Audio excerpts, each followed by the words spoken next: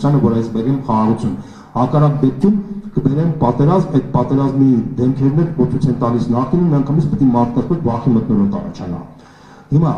օբյեկտիվորեն դա բերեց նրան, որ ինքը հայտնվեց է Էրդողանի գրպանում, դա փաստ է, այսպես ասած, ինքը պատանդի կարգավիճակի մեջ է, ինչպես որ Սաակաշվիլին էր հայտնվել պատանդի կարգավիճակի ժամանակին, ինքը այսօր հայտնվել է նույն պատանդի կարգավիճակում, բայց ուղղակի Էրդողանի գրպանում։ Եվ Էրդողանն ու Ադրբեջանը բարի եւ չար ոստիկանի սկզբունքով փորձում են մաքսիմալ իրեն իշխանությունը պահպանման դիմաց մաքսիմալ կորզեն Հայաստանից զիջումներ։ Սա տեսանել է բոլորի համար, սա քննարկել Փաշինյանի քաղաքականությունը կներեք ամենասունակություն է, որտեղ Փաշինյանը չունի այսօր քաղաքականություն։ Փաշինյանը ունի մեկ քաղաքականություն ցանկացած պահել իշխանությունը, մաքսիմալ ամեն ինչ անել, որ այդ իշխանությունը փրկվեր, Թուրքիային եւ Ադրբեջանին այնպիսի զիջումներ տալ, որ երևացող չլինի, այսինքն ոչ երևացող, ինքը Մինսկի խումբը լուծ արեց, ինքը չգիտեմ, բոլոր զիջումների գնաց, նույնիսկ Զանգեզուրի միջանցքը ամերիկյան փաթեթավորով համաձայնվել է հանձնել ադրբեջանցիների վերադարձնել, համաձայնվեցին, ամեն ինչին ինքը պատրաստ է, միայն թե այդ փուլը ինքը ստանա։ Այստեղ բնականաբար դուք հարցրեցիք, թե ինչու է Ալիևը կոշտացնում իր դիսկուրսը, այստեղ կա ասեմ ձեզ, որ փորձագիտական կենտրոնները քննարկում են այդ խնդիրը Թուրքիայի եւ Ադրբեջանի, եւ այստեղ կա որոշակի տարաձայնություն Ադրբեջանի եւ Թուրքիայի մեջ, դա իրական տարաձայնություն է։ Թուրքիան պահանջում է, որպեսզի Ալիևը ավելի կոմպրոմիսի գնա եւ մինչեւ ընտրությունները նվիրի այդ նվերը, այդ խաղաղության պայմանագրի Հայաստանին, որպեսզի Փաշինյանը կարողանա այդ թղթով ինքը խաբել այս հատկալիք ընտրությունների ժամանակ, ինքը դրանով ինքը կարողանա վերարտադրվել։ Եվ Էրդողանը Ալիևին հորդորում է, որ եթե Փաշինյանը վերարտադրվեց, ապա չորրորդ հանրապետությունը դա արևմտյան Ադրբեջանի, այսպես ասած, փուլային տարբերակ կլինելու, բոլորը դրանից կշահեն։ Ի տարբերություն Էրդողանի, Ալիևը չի հավատում, որ Փաշինյանը վերարտադրվել է։ Ալիևը շատ լավ հասկանում է, ինքը կովկասյան գործիչ է, այս տարածաշրջանը շատ ավելի լավ է հասկանում, խորհրդային ժամանակները ապրել է, այսինքն մեր կենսակերպը, մեր փորձը, մենք ինքը շատ ավելի ինտեգրված է մեր բանի հետ, քան Էրդողանը։ Եւ այդ իմաստով ինքը շատ լավ հասկանում է, որ Փաշինյանը որևէ շանս չունի 26 թվականին վերարտադրվելու, ի վերջո Ինչքան որ ժողովրդին կարելի է միամիտ դրում, ապարտված ոչխարներ չեն, որ 26 թվականին գնան մի մարդու ձայն տան, որը պարտադրված քաղաքականություն է վարում սեփական երկրի դեմ։ Սա աննախադեպ բան է համաշխարհային պատմության մեջ շատ քիչ տեղ է լինում, այսինքն այդտեղ օրինակներ կարող ենք բերել, չգիտեմ, Յարուզելսկիի օրինակը կամ Մարշալ Պետերնի օրինակը եւ այլն, չեմ ուզում շատ տարբեր օրինակներ բերել։ Մյուս կողմից Հայաստանում ոչ Մահմեդ Կադաֆիի ռեժիմն է, ոչ Սադամ Հուսեյնի ռեժիմն է, որտեղ ինքը կարող ամենաթողությամբ սա բոլորին, այսինքն բոլորը հասկանում որ Հայաստանում այսպես ասած փափուկ ավտորիտար ռեժիմն է, ինչպես որ Վրաստանում էր, Ադրբեջանում էր, եւ օբյեկտիվորեն ինքը ունի որոշակի ավտորիտար գործիքակազմի սահմանափակ հնարավորություն։ Եվ Ալիևը հասկանալ է, որ որևէ շանս չունի Նիկոլ Փաշինյանի վերարտադրությունը, ինքը ասում է մինչև ընտրությունը մաքսիմալ պետք է փորձեն զիջումներ կորզել։ Թուրքիան ասում է ոչ, ճիշտ չէ այդ քաղաքականությունը, դա հիշեք մի քանի շաբաթ առաջ Ֆիդանը նույնիսկ հայտարարեց մեսեջ ուղարկելով Ադրբեջանին, որ առաջի 2026 թվականի առաջի եռամսյակին անպայման այդ պայմանագիրը կկնքվի։ Այսպես ասած ակնարկելով, որ Ադրբեջանը պետք է քայլին գնա։ Ադրբեջանն էլ պատասխանում է, որ Ալիևը դեռ Փաշինյանը դեռ քայլեր ունի անելու, մասնավորապես ադրբեջանցիների վերադարձի հետ կապված եւ այլն եւ այլն։ Դեռ ասեմ, որ ադրբեջանցիների վերադարձի հետ կապված ներքին կարգով այդ պայմանությունը կա։ Ինչու՞, որովհետեւ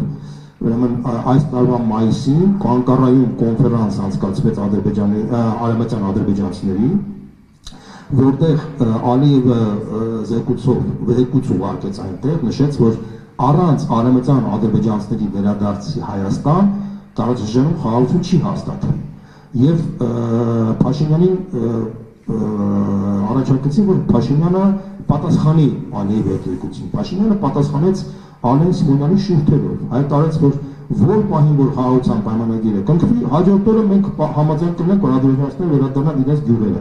Այսինքն այդ երկխոսությունը իրենց բոլորի համար տեսանելի է, բացառությամբ հայ հասարակության, որը մենք կներեք մի քիչ նատուրալիստական ժողովուրդ ենք, մենք շատ ավելի պարզ, պրիմիտիվ բանաձևեր ենք հասկանում, քան այն ինչ որ կա միջազգային հարաբերություններում։ Երկրորդ խնդիրը, որ դրվեց Փաշինյանի առաջ, դա այն էր, որ ինքը պետք է կազմաքանդի հայ առաքելական եկեղեցին, որտեղ հայ առաքելական եկեղեցին էքստերատերիալ բնույթ ունի, այսինքն ինքը հայաստանյան եկեղեցի չէ, ամբողջ հայության եկեղեցին է, իսկ քանի որ ամբողջ հայության եկեղեցին է կաթոլիկոսն ընտրվում է Սփյուռքի կողմից, ապա Սփյուռքն հակաթուրքական տրամադրություններ ունի, ապա պետք է այդ կառույցը փոխել, դարձնել հայաստանյան, ինչպես որ Վրաստանի եկեղեցին է, Ռուսաստանի եկեղեցին է, հա, որպեսզի Սփյուռքը չկարողանա ազդել Հայաստանի եկեղեցու վրա, եւ Հայաստանի եկեղեցի ղեկավարը պետք է այսպես ասած ենթարկվի Փաշինյանին, ինչպես օրինակ Թուրքիան,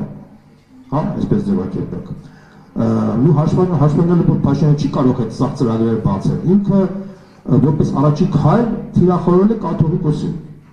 Թիրախորել է կաթոլիկոսին, ինչպես որ նախկինում թիրախավորում էր զինվորականներին, որ հետո կազմաքանդի բանակը։ Ինքը չէր ասում ես բանակն եմ ուզում կազմել, ասում էր ես թիրախորում եմ կոնկրետ կաշառակեր զինվորականներին, անուններ էր տալիս։ Հիմա ստեղել ասում է ես թիրախորում եմ ոչ թե եկեղեցին, այլ կոնկրետ եկեղեցականներին, կաթոլիկոսին, Բագրատ Սրբազանին, Նաճապալյանին, վաղը մյուսօրը կարող է ուրիշ բան ասի, բայց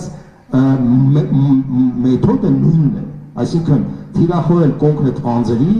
եթե դու հասնում ես հաջողության, բնականաբար հաջողության հասնելուց հետո արդեն ամբողջ կառուցվածքը փոխվում է եւ հայ առաքելական եկեղեցուց մնում է մի հատ փոքրիկ կառույց, որը պետք է սպասարկի միայն Հայաստանում եւ այդ կառույցից հետո արդեն, այսպես ասած, դա ադրբեջանցիների պահանջն է, դա Էրդողանի եւ Ալիևի պահանջն է, որը ներկայացնում է Փաշազադեի շուրթերը։ Փաշազադեն բաց հայտարարեց, ասաց որ Էջմիածինը պատմականորեն միշտ հայկական ռևանշիզմի կենտրոն է եղել եւ որպեսզի ադրբեջանցիները կարողանան վերադառնալ Հայաստան, այդ ռևանշիզմի կենտրոնը պետք չլինի։ Ոնց է դուք պատկերացնում, որ ադրբեջանցիները գան Հայաստան, բայց Հայաստանը ունեն ռևանշիստական ուժեր կամ ռևանշիստական կառույց։ Ասում դա ճիշտ է ասում, ինքը նոնսենս է, այդ իմաստով։ Դրա համար Փաշինյանը հիմա էս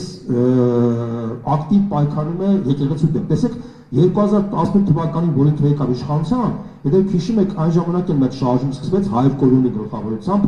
նոր Հայաստան, նոր Հայրապետ։ Բայց այն ժամանակ Փաշինյանը դա հետաքրքիր չէր, ինքը չանջակցեց, որտեղ Փաշինյանը ինքը թքած ունի вообще եկեղեցու վրա, կաթոլիկոսի վրա, вообще արժե համակարգել չունի, իր համար ինքը, այսպես ասած, անհավատ աշխարհիկ մի անձնավորություն է, որը անարխիստական, այսպես ասած, հակումներ ունի, ոչ մի գաղափար չունի, այսքան պոպուլիստական արժեքներով անցող մարդ, իրեն հետաքրքիր չի ոչ բարոյական նորմեր, ոչ չգիտեմ, ավանդական նորմեր կամ չգիտեմ, իրան բնութագրել որպես ինչ-որ կրող, ինչ-որ մի գաղափարի կրող, դիտած ինքնից աղն է առաջ գալիս։ Բայց հաշվաններով են հանգամանքը, որ կա Էրդողանի եւ Ալիևի պահանջը, եւ հաշվաններով են հանգամանքը, որ կա իր բանը իրավիճակը, որ ինքը պետք է ստանա այդ թուղթը Ալիևի կողմից, ինքը պետք է բավարարի այս պահանջը։ Սա է խնդիրը, այսինքն ինքը բարոյնամար ինքը փաստացի պատերազմ է հայտարարել եկեղեցու դեմ, անունը դնում է, որ պատերազմ եմ կաթոլիկոսի դեմ, եւ ես հիմա կոչ եմ անում բոլոր այն մարդկանց լրագրողներին, քաղաքական գործիչներին, ովքեր կքննարկեն կաթոլիկոսի եւ Փաշինյանի հակասությունը, հրաժարվեք այդ քննարկումից։ Դա քաղաքական ամենասունակություն է քննարկել։ Նախ եւ առաջ սկսենք այն բանից, որ մարդը, որի պատճառով 4000 մարդ է գետնի տակ հանձնել, այդ մարդը ունի բարոյական իրավունք քննարկելու մեկ ուրիշ մարդու կյանքը, դա արդեն անբարոյականություն է քննարկել այդ տիպի խնդիրները, դուք հասկանում եք, բայց եթե մենք մոտ այդ քննարկումները գնում են, դա դեռ մենք դեռ հասուն հասարակություն չունենք։ Սա շատ կարևոր խնդիր է, որ մենք հասկանանք այդ իրավիճակը։ Մենք չենք քննարկում կաթոլիկոսի անձը, մենք չենք քննարկում եկեղեցականների խնդիրը, բազմաթիվ եկեղեցիներում կան բազմաթիվ խնդիրներ։ Մեր եկեղեցու մեջ շատ ֆունդամենտալ խնդիրներ կան եւ իսկապես մեծ ռեֆորմացիայի կարիք ունի մեր եկեղեցին, բայց այս իշխանության պարագայում դա պետք է չլինի։ Այս իշխանությունը պետք է 26 թվականին չլինի եւ պետք է գա նոր իշխանություն։ Այդ նոր իշխանությունը միանշանակ դա պետք է լինի մեծ միասնական, մեծ համերաշխության հիմքի վրա պետք է լինի։ Մենք մի քանի տարի պետք է,